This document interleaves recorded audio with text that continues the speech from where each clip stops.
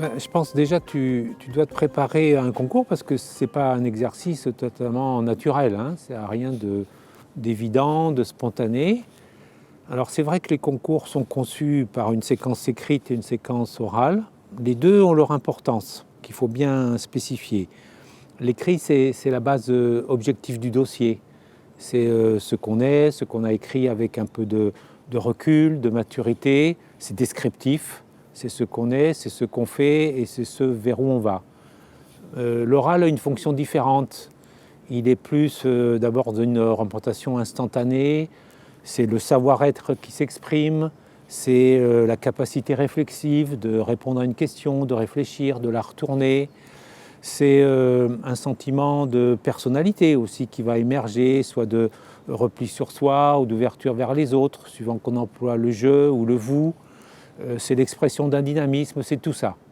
Donc les deux sont complémentaires et il faut, je pense, travailler les deux.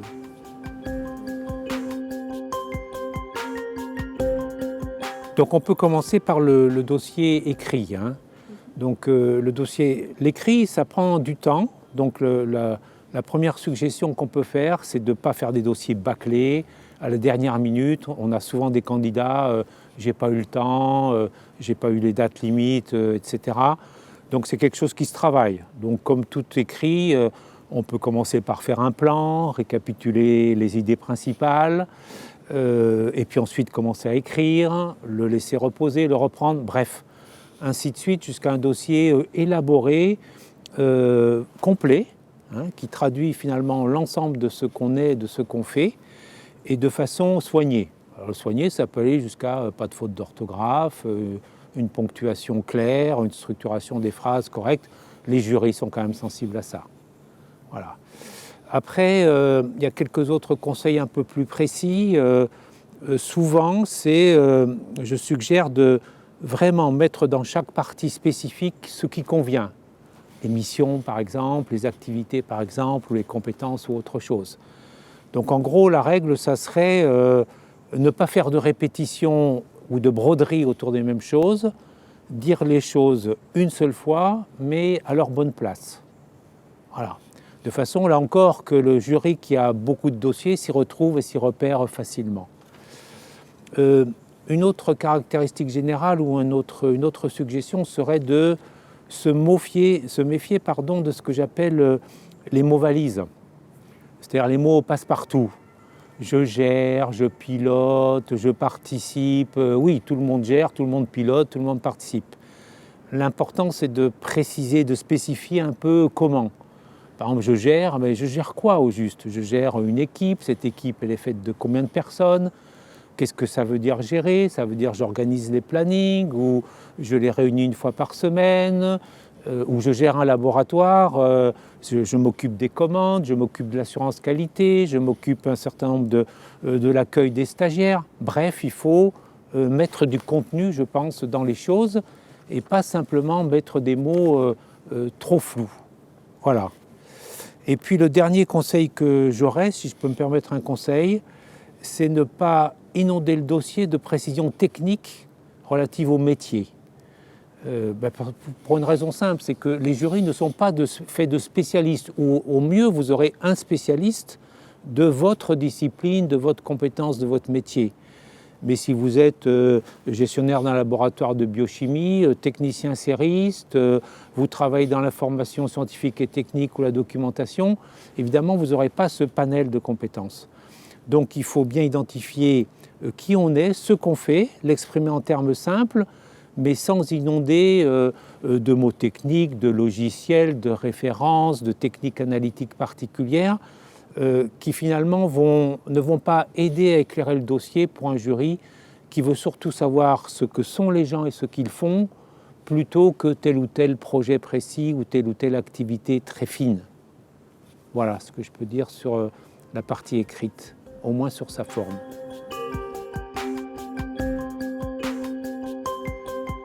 Bon, même si c'est un peu difficile de distinguer fond et forme, hein, quand même sur le fond, mais ça c'est vrai aussi à l'oral d'ailleurs, montrer quand même que l'on maîtrise où l'on va, à quoi servent les données qu'on a acquises, les objectifs du collectif dans lequel on s'insère.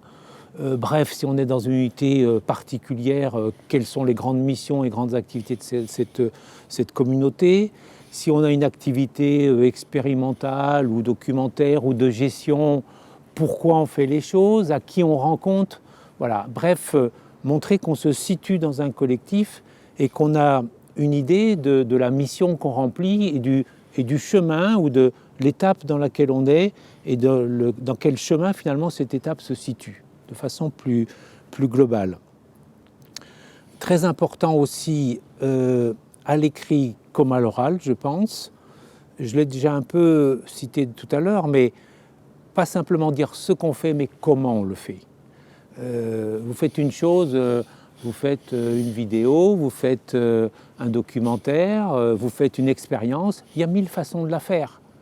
Donc je prends souvent l'exemple de quelqu'un qui dit ben voilà, je suis responsable du laboratoire de biochimie de l'unité X ou Y.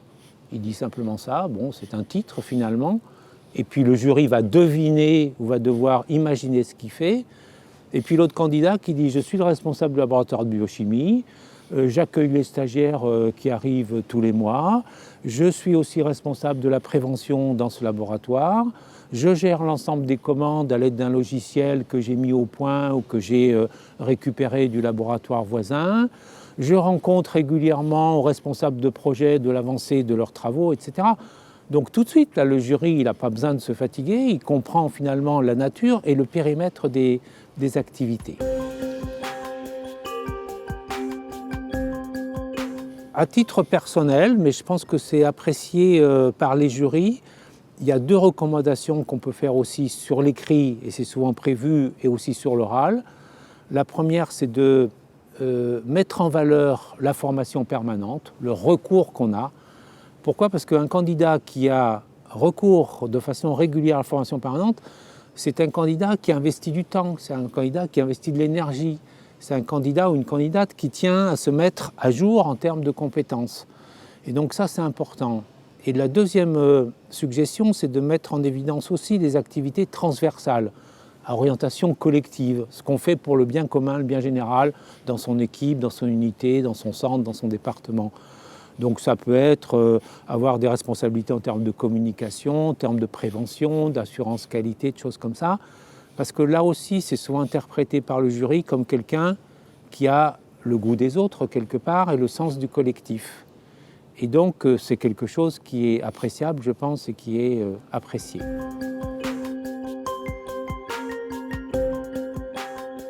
Se positionner clairement par rapport à son collectif. Ça veut dire que dans l'écrit ou dans l'oral, c'est des fois le je qui l'emporte ou des fois le nous. C'est l'équipe quand c'est nous, c'est je quand je participe à quelque chose et quand j'ai une prise de responsabilité. Et puis, montrer la dynamique du parcours. Souvent, les gens passent des concours après 5 ans, 10 ans, 20 ans, 30 ans, de carrière plus ou moins continue, plus ou moins fragmentée. Il est important de préciser, de montrer un peu la dynamique. Dynamique de prise de responsabilité, dynamique de changement de formation, dynamique d'évolution aussi dans les capacités de management, dans le périmètre traité. Voilà, de façon à ce que finalement le concours valide aussi quelque part à un moment la dynamique d'un parcours professionnel. Bon, voilà ce que je pourrais dire sur à la fois le fond sur l'écrit et sur ce qu'il faut mettre en valeur à l'oral. Globalement, suivant les différents types de concours, l'impression générale, c'est quand même un travail sur les dossiers qui est plus approfondi maintenant. Je pense que les collectifs ont tendance quand même à appuyer le candidat ou la candidate, en tout cas leur collectif de proximité, parce qu'ils ont envie qu'il y ait une progression de carrière, une promotion, enfin que sais-je. La concurrence est très forte, puisque les taux de pression sont en général, certes variables, mais plutôt forts, et de façon durable. Donc ça incite aussi les candidats à travailler leur dossier à l'écrit, à les préparer à l'oral. On a aussi affaire à des candidats ou des candidates qui ont passé plusieurs fois un concours, un examen professionnel, qui n'ont pas réussi, donc qui cherchent vraiment à essayer d'améliorer au maximum, sans se décourager là-dessus. Donc globalement, c'est plutôt une qualité améliorée des dossiers. Et je pense que la plupart des jurys sont amenés à rejeter des dossiers qui, si la pression de sélection était moins forte, seraient quand même acceptés.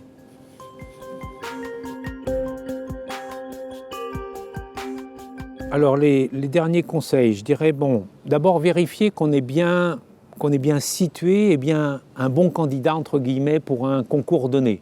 Concours donné suivant sa nature, sa catégorie, son niveau de recrutement, sa pression de sélection, etc. Bref, il y a un certain nombre de présupposés, d'attentes. Bon, vérifier qu'on ne fait pas ça simplement pour voir ou pour y aller. On peut le faire aussi comme ça. Mais si on a envie de réussir, voilà, vérifier qu'on a les bonnes propriétés a priori. Ensuite, on l'a dit et on l'a vu, c'est travailler vraiment le concours, à la fois la qualité de l'écrit et la préparation orale. Alors sur la préparation orale, il faut souvent faire des répétitions devant un public un peu large. Pas simplement un public de gens expérimentés du dossier, du métier, du collectif de proximité. Toujours pour la même raison, les jurys sont des jurys pas forcément spécialistes de tout, et donc finalement un jury un peu naïf ou des auditions un peu naïves permettent finalement de mieux préparer le jury. Pardon, pas le jury, le candidat. Et puis le dernier point, je dirais, c'est un peu paradoxal, c'est quand même tout faire pour bien préparer le concours, tout en se préparant à ce qu'il puisse y avoir un échec au bout du compte. Et donc ça veut dire que derrière, il y a la question aussi de gestion de l'échec qui se pose. Parce que c'est toujours, c'est pas pris simplement comme une expérience, c'est pris comme un échec. Alors qu'en fait, on pourrait se dire, bon, c'est une expérience parmi d'autres, mais comme il y a un enjeu, de l'expérience, on passe à l'échec. Et il faut éviter, je pense, deux risques extrêmes qu'on voit souvent chez les candidats. Le premier risque, c'est ce que j'appelle la crise identitaire. C'est de toute façon, je ne suis pas capable, j'y arriverai jamais, je suis nul, j'ai loupé l'oral encore, j'y arrive pas. Donc ça, c'est l'échec un peu incorporé sur lequel il faut lutter. Ce n'est pas une crise identitaire. Et puis à l'inverse, c'est la non-remise en cause de soi. C'est de toute façon le jury, il ne m'a pas compris, il n'écoutait pas ce que je faisais, il n'y avait aucun spécialiste de mon métier, ils étaient incompétents. Voilà.